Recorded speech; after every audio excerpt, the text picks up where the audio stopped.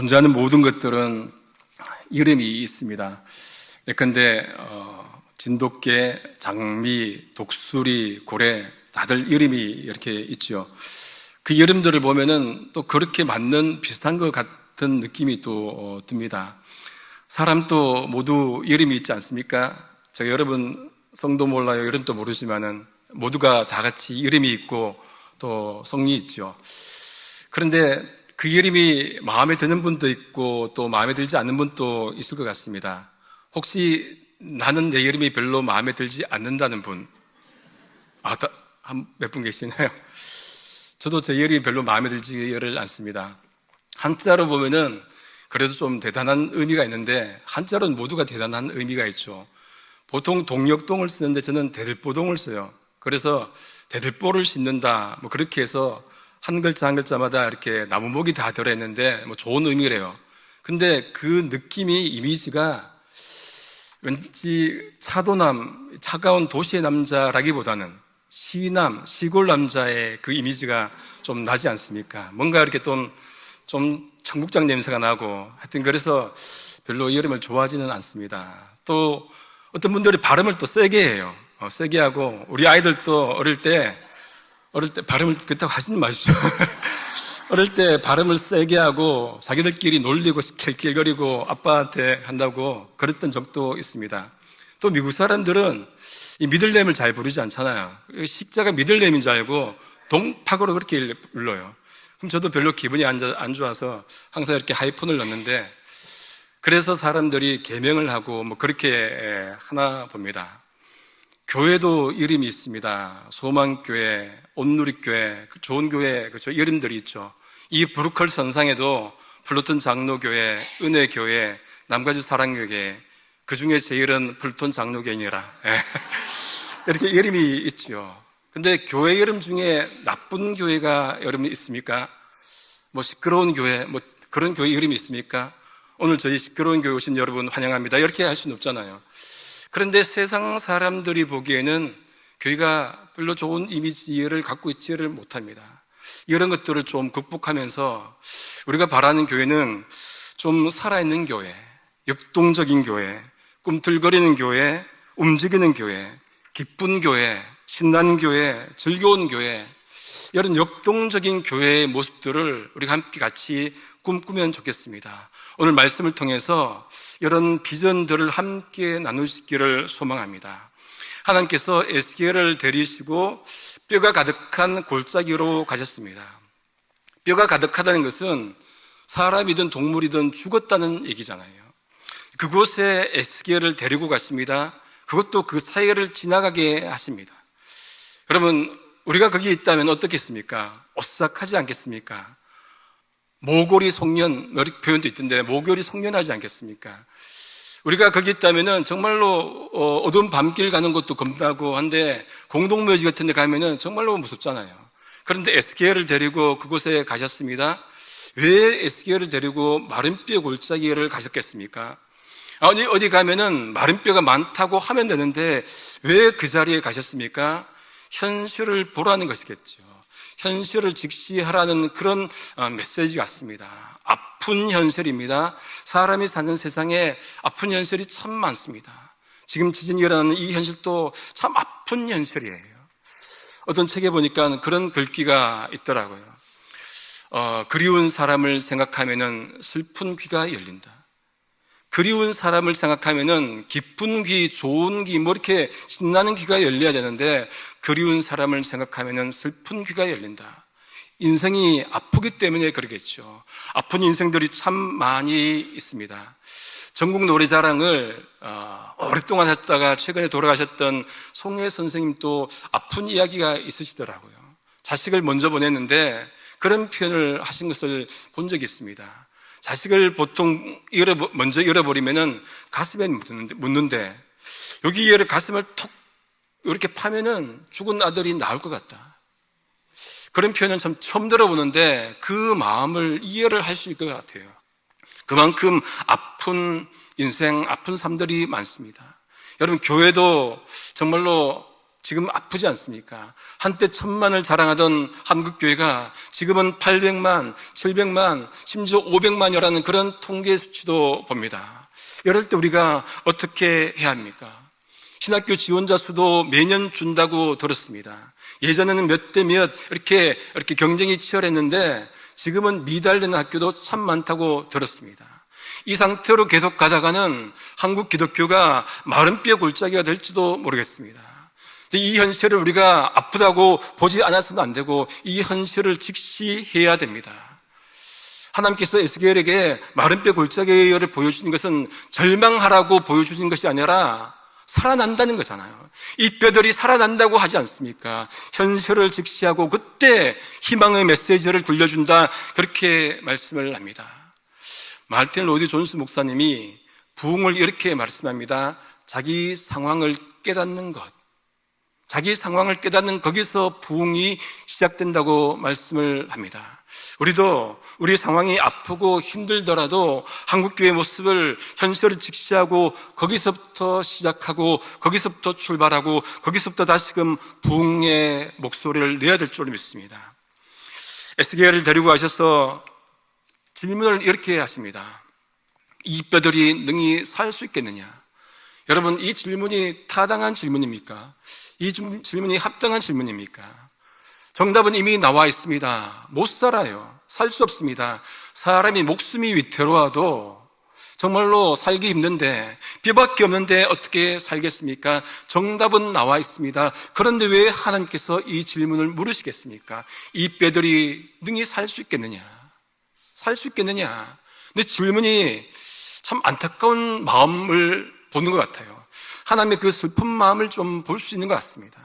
하나님 또 정답을 왜 모르시겠습니까? 못 살아요 함에도 불구하고 하나님은 이 뼈들이 살았으면 좋겠는데, 그래서 안타까운 마음으로 그 말씀을, 그 질문을 하시는 것 같습니다.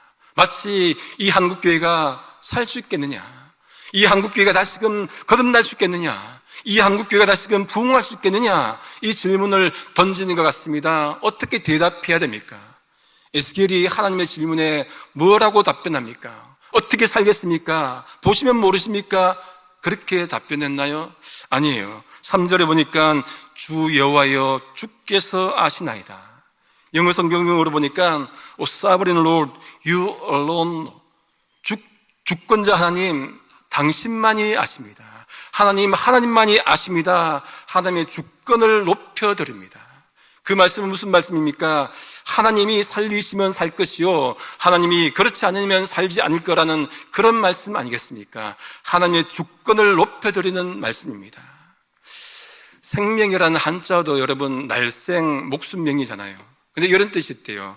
삶으로 명령받았다, 삶을 명령받았다, 삶으로 부름받았다라는 뜻이라고 합니다. 그러니까 하나님이 부르셔야, 명령하셔야 생명이 존재한다는 그런 의미인 것 같습니다. 우리 스스로 생명을 살 수 없잖아요. 우리 스스로 생명을 만들 수 없습니다. 불러주셔야 생명이 있는 것이죠. 하나님이 불러주셨기에 우리가 사는 것 아니겠습니까? 생명의 주체도 하나님이시오, 교회 부흥의 주체도 하나님이심을 말씀하시는 것 같습니다. 그 뼈들, 이 뼈들이 살겠느냐, 그렇게 물으시고 난 뒤에 대언하라고 말씀합니다. 마른 뼈들아, 여호와의 말씀을 뭐라고요? 들을지어다. 여호와의 말씀을 들을지어다. 뼈들이 어떻게 말씀을 듣습니까? 들을 수 없어요. 그런데 들을지어다, 그렇게 대언하라고 말씀합니다. 여러분, 우리 기독교는 듣는 종교예요. 말씀을 들어야 하는 종교입니다. 그래서 바울이 어떻게 고백합니까? 로마서 10장 17절 말씀에 믿음은 들음에서 나고 들음은 그리스도의 말씀으로 말미암았다, 그렇게 말씀을 하시죠. 들어야 믿음이 생기는 거예요. 우리 스스로 그 믿음을 만들 수 없습니다. 어디 가서 연구하면 그 믿음이 생기는 것이 아니라 들어야 믿음이 생기는 것이죠. 부지런히 여러분 말씀을 들어야 됩니다. 목사님 말씀 부지런히 들어야 됩니다. 그래야 그 믿음이 성장하고 성숙하는 것 아니겠습니까? 듣는 종교예요. 여호수아 24장 27절에 보시면은 여호수아가 세겜에서 이스라엘 백성들과 언약을 맺고는 이렇게 말씀을 합니다. 돌을 세워서 이렇게 말해요. 같이 한번 읽어 보실까요? 보라, 이 돌이 우리에게 증거가 되리니 이는 여호와께서 우리에게 하신 모든 말씀을 이 돌이 들었음이라. 그런즉 너희로 너희 하나님을 배반치 않게 하도록 이 돌이 증거가 되리라. 누가 들었다고요? 돌이 들었다고요. 돌이. 여러분 돌 듣는 보셨습니까? 돌이 들었다고요. 하나님과 맺은 그 말씀들을 배반치 않도록 하기 위해서 돌이 증거가 된다고 말씀을 합니다. 돌조차도 말씀을 듣습니다. 그렇다면 우리 인간 또 말씀을 들어야 되죠. 우리 교회도 말씀을 들어야 됩니다. 듣는 귀가 열려 있어야 됩니다. 그러면은 하나님께서 그 뼈들에게 대언하시는 말씀을 들어라. 그럼 내용이 무엇입니까? 무엇을 들으라고 합니까? 그것은 그 뼈들이 산다는 내용이죠. 6절에 보니까 그 뼈 위에 힘줄을 두고 살을 입히고 가죽으로 덮고 그 속에 생기를 넣으리니 그들이 살아나며 하나님이 여호와신 줄을 알게 된다. 그 말씀을 하십니다. 너희들이 살아난다는 말씀을 지금 대언을 해야 되는 거예요. 너희들이 살아난다. 그것이 이 말씀의 주된 내용입니다. 여러분, 에스겔이 어떻게 반응합니까? 어떻게 듣습니까? 그렇게 하지 않고 순종하지 않습니까? 순종해요. 하나님의 명령이기 때문에 순종하는 마음도 있겠지만은 그러나 그 에스겔 마음속에도 간절한 마음이 있었을 것 같습니다. 이 뼈들이 살면 좋겠는데, 이 뼈들이 말씀을 들으면 좋겠는데 그런 간절한 마음이 있었지 싶습니다. 여러분, 우리가 복음을 증거하고 전도를 하는 것, 그것은 명령이기 때문에 당위로서 해야 되는 것, 그것은 오래가지 못할 겁니다. 우리 속에 전하지 않고서는 견딜 수 없는 그 마음이 있을 때, 그 말씀이 우리를 사로잡고 우리를 터치하고 그 말씀을 전하지 않고서는 못 견디는 그 마음이 있을 때 상대방 마음에도 닿지 않겠습니까? 내 마음속에 말씀이 닿아야 다른 사람에게도 말씀이 닿는 것이겠죠. 그 간절한 마음이 에스겔에도 있었지 싶습니다. 그것이 우리가 받아야 될 말씀이자 이 간절한 마음 속에서 하나님은 그 마른 뼈가 살아서 무엇한다고 합니까? 하나님이 여호와인 줄 알 것이다. 하나님이 여호와인 줄을 알 거라, 그렇게 말씀을 합니다. 하나님은 죽은 뼈도 살립니다. 죽은 뼈도 하나님을 알 수 있는 거예요. 죽은 뼈도 하나님을 고백할 수 있습니다. 그러면 거꾸로 살아있는데 하나님이 누군지 모르면 어떤 존재입니까? 죽은 뼈와 같은 존재이죠. 살되 죽은 듯 살지 말아야 됩니다. 목숨이 붙어있다고 사는 것이 아니라 하나님 모르면 죽은 거예요. 목숨이 붙어있다고 사는 것이 아니라 하나님 알아야 사는 것이죠. 살되 사는 것처럼 살다가 가야 하지 않겠습니까? 우리가 하나님 아는 것 너무나 감사하는 거잖아요. 하나님 모르고 살면은 그것은 마른 뼈와 같은 모습이에요. 하나님 고백하고 이 수요 저녁에 함께 와서 고백하고 찬송하는 이 모습 얼마나 아름다운 모습입니까? 살아있기 때문에, 살아있으니까 고백할 수 있고 살아있으니까 하나님을 찬송할 수 있는 것 아니겠습니까? 이제 대언했더니 이제 놀라운 일이 벌어집니다. 어떤 일이 벌어집니까? 그 뼈들이, 죽었던 뼈들의 소리가 나기 시작합니다. 소리가 나요. 이 뼈 저 뼈가 맞춰집니다. 움직입니다. 퍼즐 맞추듯이 자기 뼈를 찾아가요. 연결됩니다. 여러분, 눈을 감고 동영상을 한번 돌려보십시오. 뼈들이 막 움직여요. 신기하지 않습니까? 두렵지 않습니까? 이런 모습 여러분 상상해도 됩니까? 그런데 뼈들을 찾아갑니다. 어떻게 움직입니까? 들었기 때문에 움직이는 거예요. 죽은 뼈도 들을 수 있습니다. 나사로야 나오라! 나오잖아요. 어떻게 죽은 나사로가 나올 수 있습니까? 들었기 때문에 나오는 것이죠. 들을 수 있습니다. 못 듣는 것은 아무것도 없습니다. 무에서 유를 창조하신 하나님이 이것 못하겠습니까? 그러니 하나님 말씀 듣지 못하는 것 어떤 것도 없습니다. 모두 들을 수 있습니다. 죽은 공동체도 말씀을 들으면 살아날 수 있습니다. 말씀이 들어가면은 죽은 듯한 공동체도 살아날 수 있습니다. 소리가 나기 시작할 겁니다. 이 뼈 저 뼈가 움직입니다. 맞춰집니다. 힘줄이 생깁니다. 그 살이 생깁니다. 가죽으로 덮여집니다. 공동체잖아요. 그 공동체에 함께 있는 공동체. 여러분, 성도님들은 함께 신앙생활을 해야 됩니다. 혼자 사는 것 할 수는 있어요. 있지만은 공동체 안에서 함께 집체로 예배드리고 집체로 생활을 해야 됩니다. 우리가 몸이 있는데 여러분 발가락도 지체예요. 그죠? 냄새나도 지체예요. 냄새 난다고 떨어져 가면은 지체일 수 없습니다. 붙어 있어야 지체인 것이죠. 함께 공동체 안에서 서로 돕고 서로 힘을 주고 그래야 그 공동체가 힘을 얻고 생기 있게 나가지 않겠습니까? 이렇게 인간의 모습으로 된 것 같은데 아직은 완전한 인간이 아닙니다. 뼈도 있고 힘줄도 있고 살도 있고 가족도 있는데 아직 완전한 인간이 아니에요. 무엇이 없습니까? 생기가 없습니다. breath of life, 생명의 숨, 호흡이 없습니다. 숨이 없습니다. 하나님의 숨이 없어요. 숨이 들어가야 창세기 말씀처럼 생명이 되는데 숨이 없습니다. 아직 완전한 공동체, 완전한 인간의 모습이 아니지요. 그래서 하나님께서 에스겔에게 생기에 대언하라고 그렇게 말씀을 합니다. 그래서 9절 말씀 보니까 생기야 사방에서 와서 죽은 자에게 호흡을 불어넣어서 살게 하라 그렇게 말씀을 합니다. 살아야 되는데 생기가 없으면 죽은 모습 그대로지요. 인간의 모습 같은데 아직 생명이 없습니다.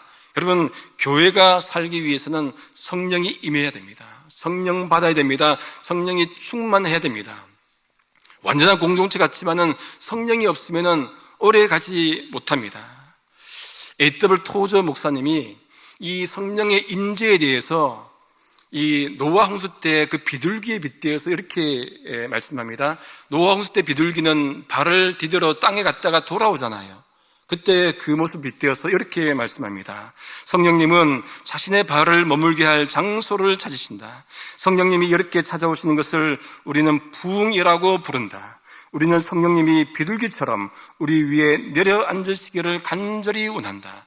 성령이 임해야 우리 속에 부흥이 있습니다. 성령이 임해야 우리가 살 수 있는 거예요. 성령이 임해야 우리가 호흡할 수 있는 것이지요. 예전에 사역하던 교회에서 제가 아동부 아이들을 그때 이렇게 설교를 했습니다. 그 주에 설교를 제가 홀리 스피릿 성령에 대해서 설교를 했습니다. 이제 마칠 때가 되어서 오늘 무엇 배웠니 아이들에게 물어봤어요. 그랬더니 초등학교 1학년 학생이 손을 들더니만 홀리 스프라이트 이렇게 얘기를 하더라고요. 예, 스피릿 하는데 얘는 마시는 것 생각해갖고 스프라이트.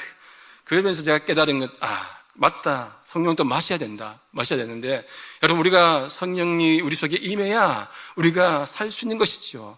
우리가 성령 없이 어떻게 정말로 이 건조한 세상, 삭막한 세상, 어떻게 살 수 있겠습니까? 어떻게 역동적으로 신앙생활을 할 수 있겠습니까? 성령께서 임해야, 우리 속에 임해야 신앙생활을 할 수가 있겠지요. 생기가 그 뼈에 들어가니까 그 뼈가 무엇을 이룹니까? 큰 군대를 이루었습니다. 그 큰 군대가 무엇입니까? 이스라엘 민족이에요. 원래는 먼저를 몰랐는데, 흩어졌을 먼저를 몰랐는데, 모아보니까 큰 군대고 그것이 이스라엘 민족이었습니다. 무엇을 말합니까? 이스라엘의 현실이 이렇다. 죽은 듯한, 죽어있는 마른 뼈 같은 그런 존재라는 것을 말씀하고 있는 것이죠. 그 이스라엘 민족이 탄식합니다. 11절에 보니까 그 이스라엘이 우리의 뼈들은 말랐고 소망은 없고 다 멸절했다. 희망이 없다는 거예요. 자신들의 상태를 압니다. 아무런 희망이 없고 소망이 없고 멸절했다는 것을 얘기를 합니다. 탄식하고 회개합니다. 한국교회가 다시금 살기 위해서 여러분 탄식과 회개가 있어야 됩니다. 하나님, 우리의 뼈가 말랐습니다. 우리의 교회가 말랐습니다. 우리의 소망이 없습니다. 어떻게 해야 됩니까? 간구하고 부르짖어야 됩니다. 여러분, 대부흥이 있기 전에는 항상 역사적으로 회개와 탄식이 있었습니다. 다시금 한국교회가 부흥할 수 있기를 소망합니다. 제가 지금 시리즈라는 것은 제가 작년에 쓴 책이에요. 작년에 우리가 팬데믹을 거치면서 정말로 교회들이 문을 닫고 교회들이 정말로 제대로 기능을 못하는 그 속에서 이래서는 안 되겠다. 한국교회를 정말로 뭐든 해도 살려야겠다. 그런 마음에서 다시금 살아나야겠다는 마음에서 교회에 다시 또 다른 부흥을 줬던 것입니다. 다시금 부흥해야 됩니다. 이대로 있어서는 안 되겠죠. 다시금 희망을 가지고 다시금 부흥하고 그러기 위해서는 회개하고 탄식하고 하나님 도와주옵소서 간절히 간구해야 되는 것 아니겠습니까? 그렇게 이스라엘 백성들이 탄식한 후에 하나님께서 이스라엘 백성들에게 세 가지를 대언하라고 에스겔에게 말씀합니다. 첫 번째 12절 말씀입니다. 내 백성들아, 내가 너희 무덤을 열고 너희로 거기에서 나오게 하고 이스라엘 땅으로 들어가게 하리라. 첫 번째, 바벨론 포로로 있던 그 백성들을 돌아와서 땅으로 고국으로 돌려보낸다는 말씀 아닙니까? 그러니까 다시금 하나님께서 살아계시니 희망을 가지라는 말씀입니다. 돌려보낼 테니 희망을 가져. 다시금 살아날 거야. 희망하셔야 됩니다. 어떤 일이 있어도, 어려움이 있어도, 아픔이 있어도 희망해야 됩니다. 왜 그렇습니까? 하나님이 살아계시기 때문에. 그러니까 기독교에서 희망하지 않는 것이 죄예요. 하나님이 살아계시다면 희망해야 됩니다. 돌아간다. 하나님께서 말씀하셨으니까 포로 생활을 끝내고 돌아갈 것이다. 그 희망하라고 말씀을 대언하라고 말씀합니다. 두 번째 13절에 내 백성들아, 내가 너희 무덤을 열고 너희로 거기에서 나오게 한즉 너희는 내가 여호와인 줄을 알려라. 이스라엘 백성들을 돌아오게 해서 무엇하게끔 한답니까? 궁극적 목적이 무엇입니까? 이스라엘 백성들이 하나님을 여호와로 고백하게 하는 것, 이것이 궁극적 목적이라고 합니다. 우리 삶의 목적도 우리가 부를 얻고 명예를 얻는 것, 거기에 우리의 목적이 있는 것이 아니라 하나님을 하나님으로 고백하는 것, 하나님을 아버지로 고백하는 것, 하나님을 고백하는 것, 여호와로 고백하는 것, 그것이 우리의 궁극적 목적이 되어야 됩니다. 여러분, 한 인간의 존재가 무엇 때문에 존재합니까? 하나님 때문에 존재하기 때문에 하나님을 고백하는 것, 그것하게 하라고, 대언하라고 말씀을 합니다. 세 번째 14절 말씀입니다. 내가 또 내 영을 너희 속에 두어 너희가 살아나게 하고 내가 또 너희를 너희 고국 땅에 두리니 나 여호와가 이 일을 말하고 이런 줄을 너희가 알리라. 이것은 하나님께서 약속하신 것을 이루신다는 그 말씀입니다. 아무것도 약속 없이 그냥 이루시는 것이 아니라 약속하신 그 말씀을 이루신다는 말씀이에요. 여러분, 약속을 수화로 보면은, 제가 주일날 뒤에서 수화하는 거 이렇게 곁눈으로 보면은 좀 몇 개 이렇게 배워요. 언약을 이렇게 하더라고요. 언약을, 손가락을 이렇게 상대방을 이렇게 왔다 갔다 하면서 약속을 하는 거예요. 이렇게 혼자 손가락을 하는 게 아니라 두 손가락을 모아서 이렇게 해서 언약, 상방간에 한다는 얘기겠죠. 하나님이 약속하시고 상방간에 약속하신 것을 이루신다는 그 말씀입니다. 여러분, 하나님은 약속하시는 하나님, 이루시는 하나님이시죠. 창조하신 하나님이 버려두시는 것이 아니라 구원하시고 마지막에 완성하시는 하나님이십니다.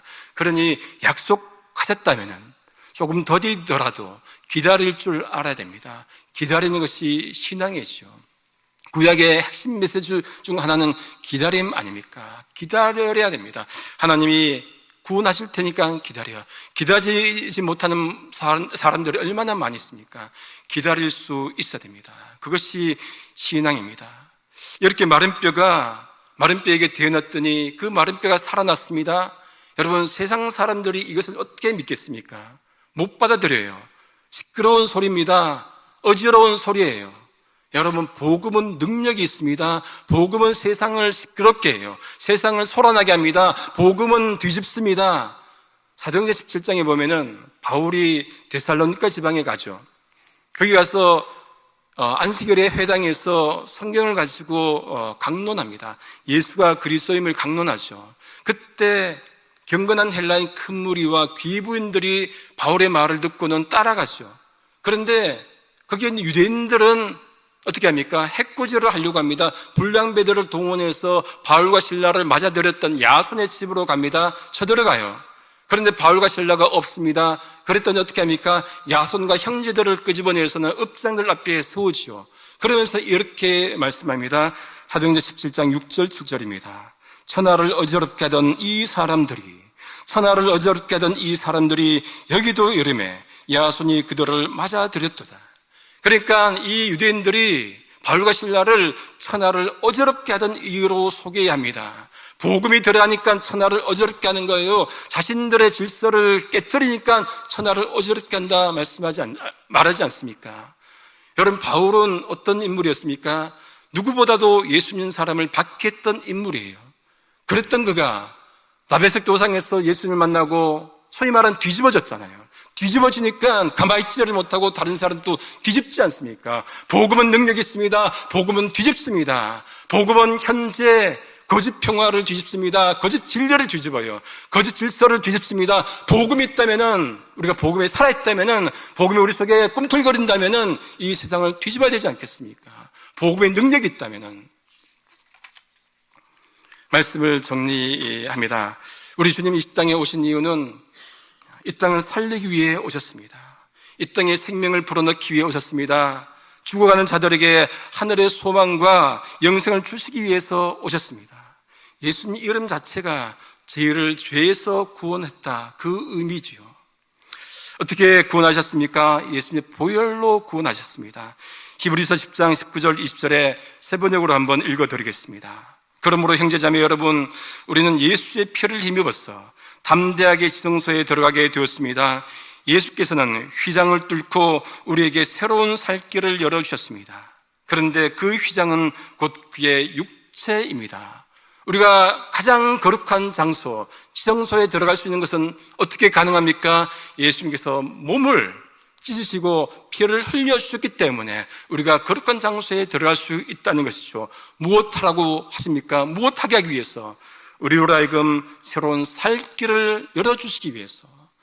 예수님이 피를 흘리셔서 우리에게 영생을 주시고 새로운 살 길을 주셨다면 우리 또한 세상에서 무엇해야 됩니까? 세상에 살 길을 만들어야 됩니다. 생명 없는 곳에 생명을 불어넣어야 됩니다. 희망 없는 곳에 희망을 불어넣어야 됩니다. 누구를 통해서요? 예수 그리스도를 통해서 말이죠. 마른 뼈도 예수님의 보혈로 말미암아 마른 뼈도 살아날 수 있습니다. 그럼 우리도 살 수 있습니다. 교회도 살아날 수 있습니다. 그래서 교회가 이런 교회가 되면 좋겠습니다. 서로 보면 신나고 힘이 나고 헤어지면 한 주가 기다려지는 그런 교회. 한 번의 예배를 드려도 감동이 있고 감격 있는 그런 예배를 드리는 교회. 가슴을 내어놓고 이야기하고 토론하고 공부하는 그런 교회. 성령의 충만함이 있는 교회. 그리스도의 심장 가지고 서로 마음을 합하여 함께 비전을 바라보고 나가는 교회. 이 땅의 불의한 현실을 향하여 과감히 노라고 말하는 교회. 세상이 감당치 못하는 교회. 이런 역동적인 비전을 우리가 함께 꿈꾸기를 소망합니다. 그러기 위해서는 하나님을 만나려는 간절한 마음들이 우리 속에 있어야 됩니다. 예배를 한 번을 드려도 정말로 주님을 만나겠다는 간절한 마음, 그리고 이 예배를 마치면은 내가 반드시 변화될 거라는 그런 기대감 가지고 예배를 사모해야 됩니다. 한국교회를 살리겠다는 그 간절한 마음 우리 속에서부터 부흥이 시작되고 퍼져 나가야 됩니다. 그래서 주님 다시 오실 때까지 찬양처럼 부활의 소망, 부흥의 소망을 품고 좁은 문, 좁은 길 십자가 지고 주님 위에 달려가야 할 것입니다. 성부, 성자, 성령 삼일체 하나님은 우리가 그런 비전과 꿈을 가지고 역동적 교회를 만들어가기를 원하십니다. 기도하겠습니다.